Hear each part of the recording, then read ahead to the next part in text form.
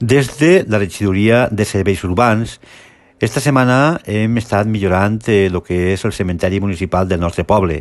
Hem estat millorant el que és la jardineria, en especial el que són les palmeres washingtones, podant-les. També hem estat reparant el que és el sòl, el que és el conjunt dels passillos del nostre cementeri per a que tinguin unes condicions òptimes i poder celebrar el pròxim dia 1 de novembre en totes i cada una de les garanties sanitàries. Anem a continuar durant este mes d'octubre millorant totes i cada una dels passillos del nostre cementeri.